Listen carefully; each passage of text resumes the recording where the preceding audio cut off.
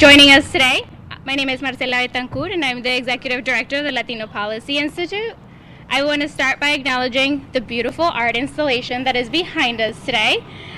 This installation was produced by the Avenue Concept in 2020 and created by artists Kendall Joseph, Jessica Brown, Angela Gonzalez, and Mikey Fernandez. I also want to acknowledge all the General Assembly members who are here today and Secretary Gorbea.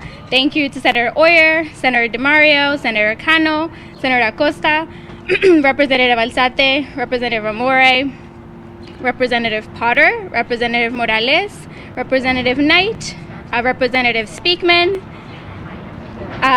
Senator Lawson, and Representative Kazarian. Oh, hi. So the Rhode Island Voting Access Coalition is a group composed of over 24 community organizations, many of whom are able to be with us here today.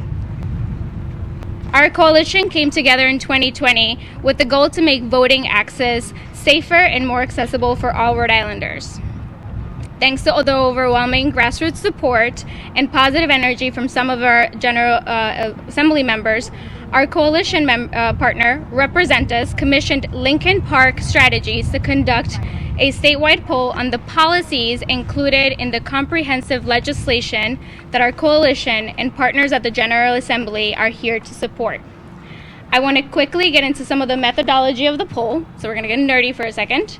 So between April 27th and 29th, 500 interviews were conducted with 2020 voters.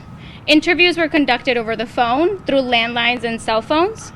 Results were weighted to ensure the proportional response. The comparative margin of error was about 4.4% at a 95% confidence level. For those of you who may have specific questions on the poll and how it was conducted, we have provided you with contact information for Lincoln Park Strategies, who is prepared to answer any of your questions.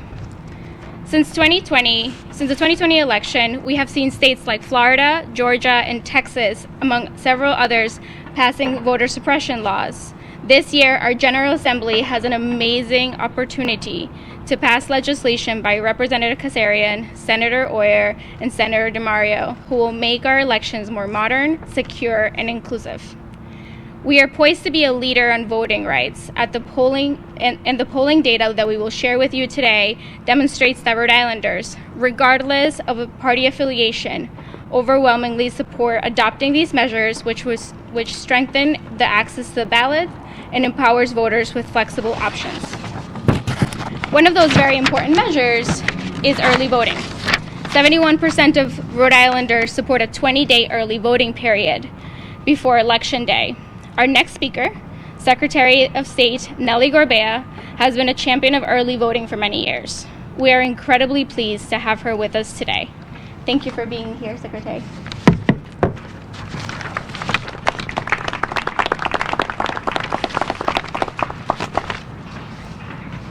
Thank you, Marcela. And it is such a joy. Let's just say it. It's a joy to be able to gather again together. I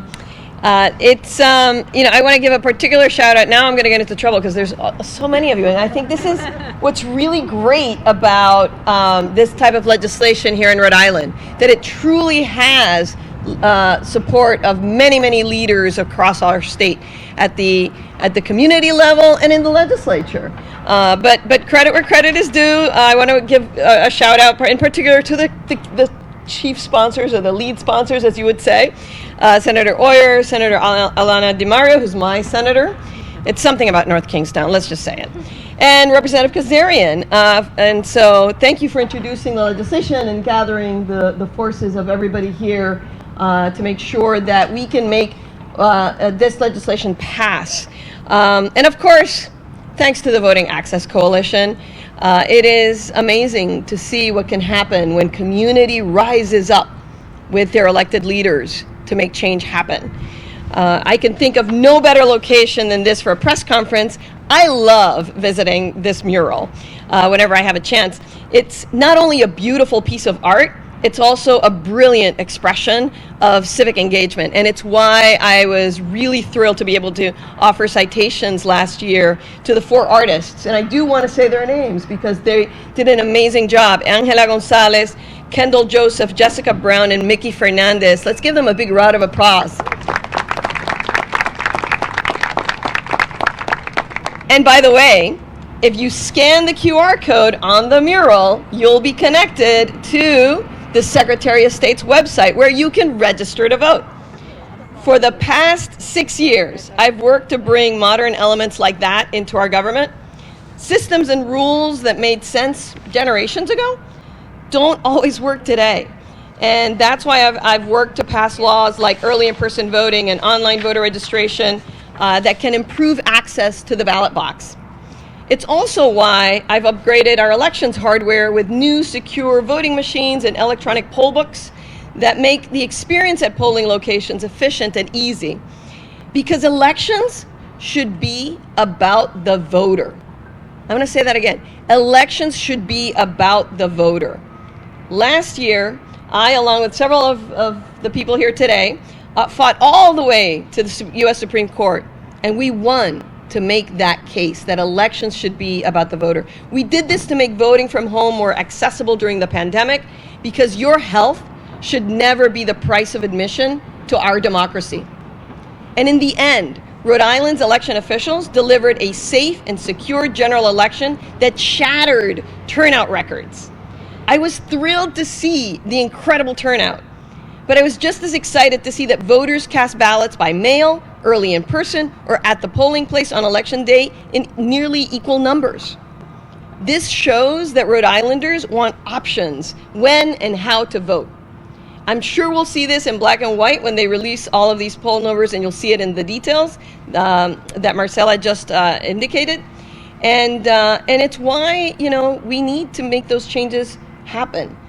Is it any coincidence that we just elected our most diverse General Assembly ever in an election with record turnout?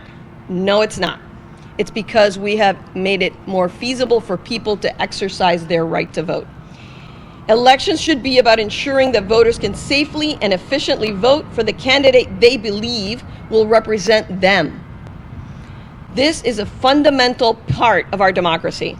And at a time when we do see states, sadly, working to restrict voting options for their citizens, I am proud that Rhode Island continues to be a leader in voting access, and with this legislation, it will absolutely continue to be leading our country again. So I urge the General Assembly to pass the Let Rhode Island Vote Act this year. Together, we can ensure that Rhode Islanders continue to have safe and secure voting options so that they can hold their government accountable, so that they can have a government that truly represents them. Thank you.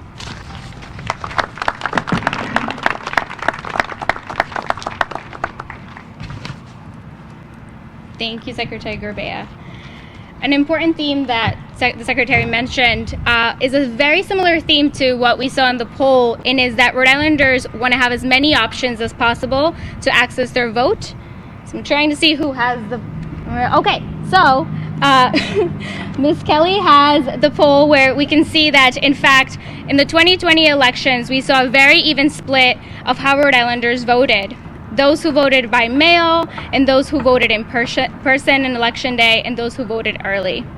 Senate Bill 516, introduced by Senator Don Oyer, would help Rhode Island improve access to voting by making early voting a real independent option in statute, and improves access to voting by mail while also preserving emergency voting options. Thank you, Senator Oyer, for being here with us today.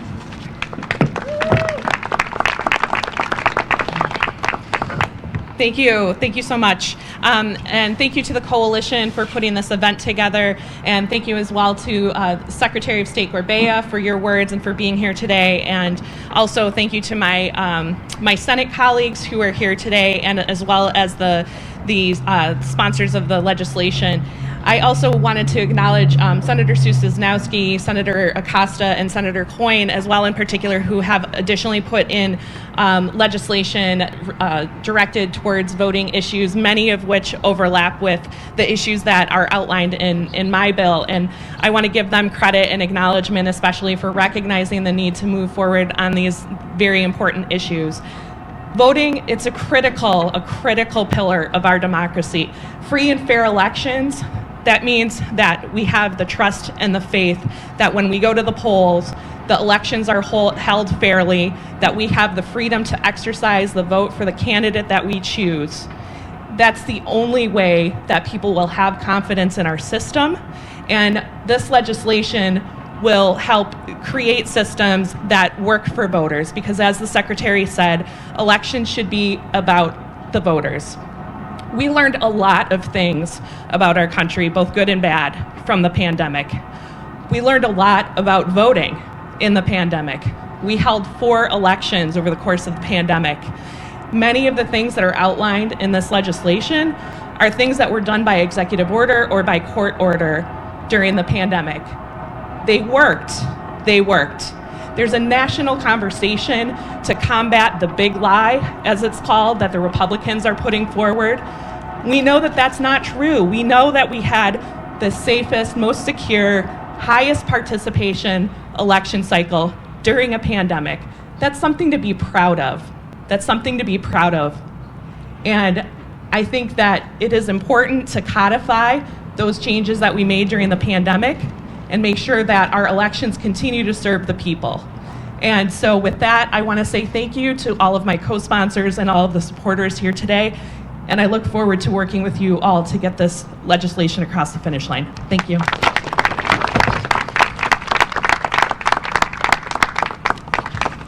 Thank you, Senator. In 2020, over 181,000 applications for mail ballots were requested for the general election. And in fact, 65% of respondents to the poll voted by mail for the first time in 2020, the majority of which were under the age of 45. Permanently removing the witness or notary requirement from absentee ballots and having the ability to request absentee ballots online both received the overwhelming support of 60% of Rhode Islanders. To share more about this, I want to welcome Representative Catherine Kasarian.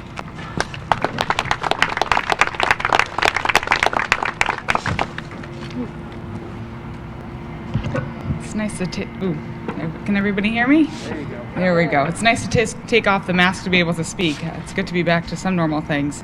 Good afternoon, everyone, and thank you for joining us today at our press conference for Let Rhode Island Vote. I am proud to sponsor this bill in the Rhode Island House of Representatives, and I'm even more grateful to all of my co-sponsors and colleagues who are here today to show their support for this legislation. The Let Rhode Island Vote Act is about voters in Rhode Island. It's about making it more accessible for them to participate in our democracy and vote during our elections. Last election, the General Assembly made temporary adjustments to make it easier for people to vote during the pandemic. Voters were allowed to vote early in person, by mail, and on Election Day. We temporarily did away with requiring a notary signature on the mail ballot, since modern technology made this requirement cumbersome and redundant. We also temporarily removed the requirement for an excuse, which was necessary for early in-person voting or for voting by mail. By removing these antiquated barriers and giving our voters easier access to more options, Rhode Island had more than 500,000 people, our all-time record high, vote during the last election. Absolutely. And we want to keep this momentum going. We want to continue to give Rhode Islanders options when it comes to voting, allowing them to make a plan to vote that best suits their schedules. At a time when other states are passing laws to restrict voter access, Rhode Island has an opportunity to show our constituents that we want to make it as simple as possible for them to participate in our democracy. By passing the Let Rhode Island Vote Act, we will continue to modernize and streamline our voting process. It will allow us to keep in place the changes that helped Rhode Island reach that all-time record high of voter turnout, and it will reinforce the most important message of all, that the voices of our voters matter. Thank you.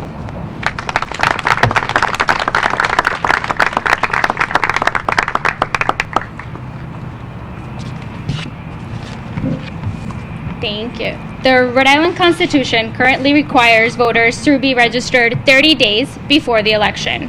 However, 61% of Rhode Islanders supporting having access to same-day registration. Currently, 21 states, including Washington, D.C., provide an option for same-day registration. Senator Alana DeMario's resolution, Bill 569, would put this question to the voters. To share more about this, we want to welcome Senator DeMario.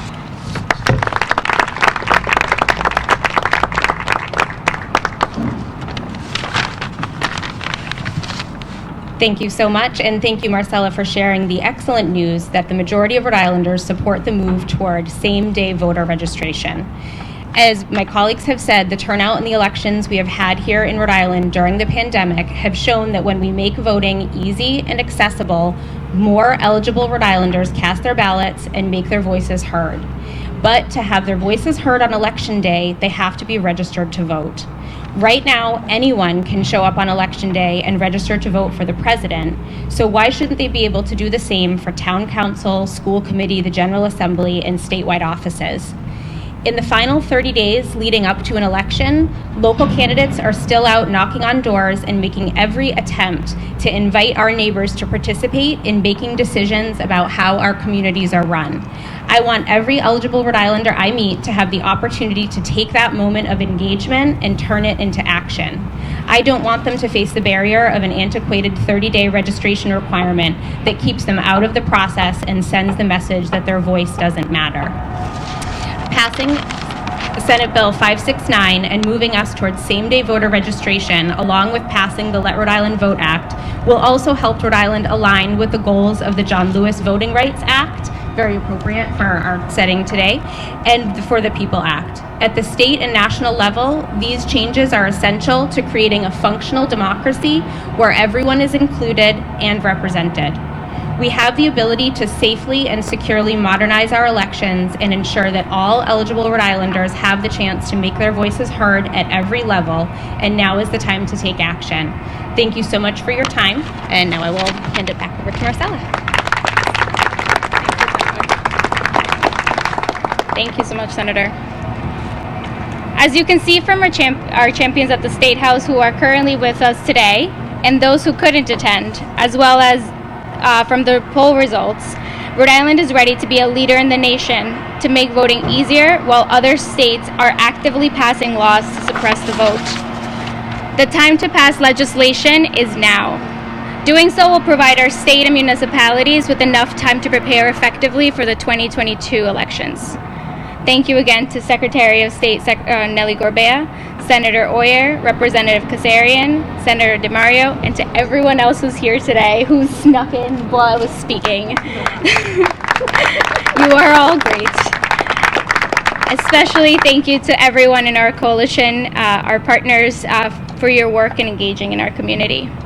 Our vote is our voice. It is how we empower the issues that matter to us and how we hold power accountable. By passing the Let Rhode Island Vote Act, we can build a stronger, more inclusive democracy for every eligible Rhode Islander to have their voice heard. Today, we call on the Rhode Island House of Representatives and Senate to vote and pass the Let Rhode Island Vote legislation this session. Finally, if anyone has any questions about the proposed policies, our legislators and the Secretary are here, as well as members of our coalition who can answer them.